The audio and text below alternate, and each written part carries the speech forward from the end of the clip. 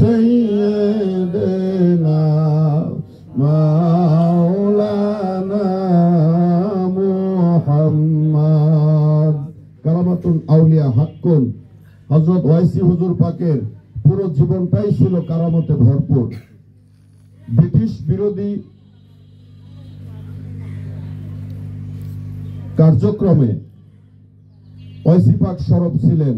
কলকাতায় একটি মসজিদে জুমার নামাজের পরে তিনি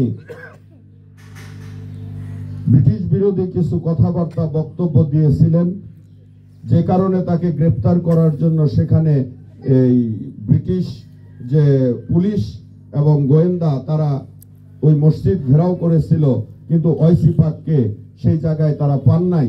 পরবর্তীতে তারা কলকাতার কোর্টে এ বিষয়ে তার বিরুদ্ধে মামলা করেন, কিন্তু পরবর্তীতে দেখা গেল ওই দিনই আসরের নামাজ তিনি চট্টগ্রামে পড়ছেন, চট্টগ্রাম মসজিদে।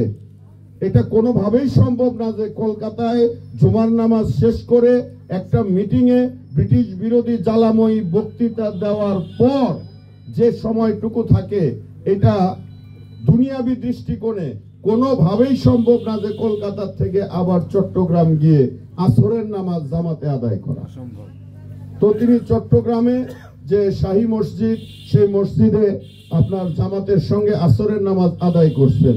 সুতরাং ওই মসজিদের মুসল্লিরা তারা সাক্ষী দিল যে আমাদের সঙ্গে অমুক তারিখে, ওই তারিখে আমাদের সঙ্গে হযরত পীর রসুল নোমা শাহ সুফি সৈয়দ ফতে আলী ওয়াইসি কেবলা তিনি আমাদের সঙ্গে আসরের নামাজ আদায় করেছেন। সুতরাং এটা কোনোভাবেই সম্ভব না যে তিনি কলকাতায় ছিলেন।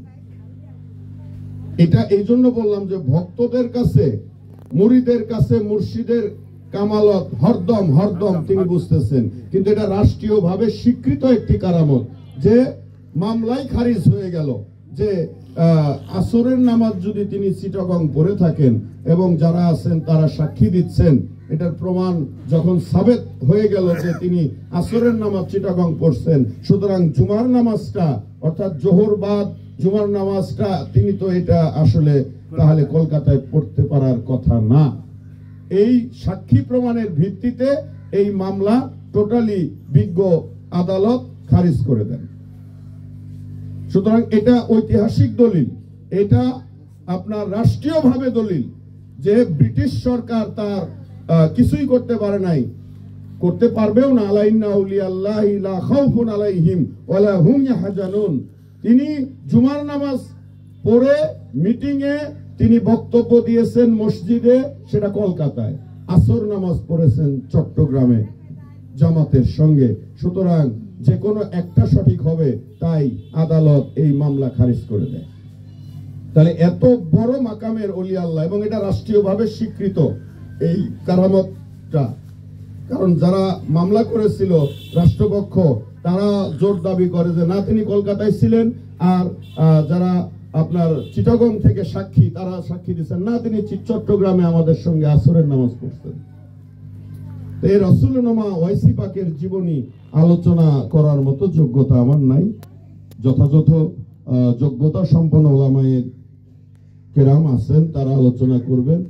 আর সৈয়দ শাহ সুফি সৈয়দ আবুল বাশার রহমতুল্লাহ আলাইহি হুজুর পাকের একটি কথা কালকে রাতেও আমরা আলোচনা করছি, বলছি আমার জীবনে যে লালকুঠি দরবার শরীফে আমি যখন আনন্দমোহনের স্টুডেন্ট প্রায় যাইতাম, অনুষ্ঠানে খেদমতে থাকতাম।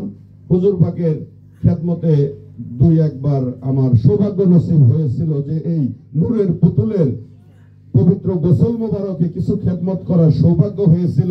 তিনি আমার নাম তার ছোট্ট পকেট ডায়েরিতে, যেটা তার স্বভাব ছিল যে যে কোনো জায়গায় গেলে নতুন যাদেরকে পাইতেন, কারণ তারা তো ওয়াইসি পাকের আওলাদ, কি বলেন সুরেশ্বরী, কি বলেন আপনার মেহেদিবাগী, কি বলেন পাউসার দরবার শরীফ, সুরেশ্বরী সহ আপনার এনায়েতপুরী সহ চন্দ্রপাড়া আটরশি সমস্ত দরবার গুলোই তো হচ্ছে তাদের নিজের দরবার। তাদের মানে এখানে তারা আপন পর ভেদাভেদ বিচার করতেন না। তো আমাদেরকে এতটাই স্নেহ করছেন, আমার নাম ঠিকানা তার সেই ছোট্ট ডায়েরিতে তিনি জিজ্ঞেস করে করে লিখে নিলেন এবং বললেন যে আমি তোমাকে দাওয়াত দিব। তখন কিন্তু তরিকতের এত কিছু বুঝি না ছোট, যে তোমার ঠিকানা রাখলাম, তোমার বাড়ি যাব, তোমাকে আমি দাওয়াত দেব, খুব আদর করলেন। কিন্তু তারপরে এতগুলা বছর চলে গেল, এইবার সেটা হযরত আওলাদে ওয়াইসি তুষার হুজুর পাক তিনি রেজিস্ট্রি করে চিঠি পাঠাইলেন আমার নামে। আমার মনে হইল ওই যে সৈয়দ আবুল বাশার রহমাতুল্লাহি আলাইহি তিনি যে বলছিলেন তোমার ঠিকানা নিলাম, তোমাকে আমি দাওয়াত দেব, আল্লাহর ওলিগণ মরেন না, আল্লাহর ওলিগণ জিন্দা। তিনি তার সেই পাওয়ার, সেই শক্তি তার জ্যেষ্ঠ পুত্রের ভিতরে ট্রান্সফার করে দিয়ে ওই যে তার কথা, সেই কথাটা তার জ্যেষ্ঠ পুত্রের মাধ্যমে রেজিস্ট্রি করা চিঠির মাধ্যমে সেই কথার পূর্ণতা ও রক্ষা করলেন। পূর্ণতা তিনি আমাকে বোঝাইলেন যে যদিও আমি এত বছর আগে তোমাকে এই কথা বলেছিলাম, সেটা দেখো এখন এসে ফলে গেল। আওলাদ ওয়াইসি পাকরা আমাদেরকে ডাকলে, ফোন করলে কিংবা মেসেঞ্জারে, হোয়াটসঅ্যাপে যদি হুকুম করেন, আমরা তো গোলামের বাচ্চা, গোলাম হইতে পারি নাই, আমরা তো আসতে বাধ্য। কিন্তু চিঠি কেন পাঠাইলেন, এইটার জবাব আমার অন্তর সায় দেয় যে হযরত সৈয়দ হুজুর পাক, সৈয়দ আবুল বাশার রহমাতুল্লাহ আলাইহি হুজুর পাক, আল্লাহর মহান ওলি, তিনি যে তার পাক জবানে বলেছিলেন আমি তোমার ঠিকানায় চিঠি দিব, এই জন্যই বোধহয় তার জ্যেষ্ঠ পুত্রের মাধ্যমে তিনি এই মিসকিন গুনাহগারের ঠিকানায় চিঠি দিলেন, যার মর্যাদা রক্ষা করার মতো শক্তি, ভক্তি কোনোটাই আমার নাই।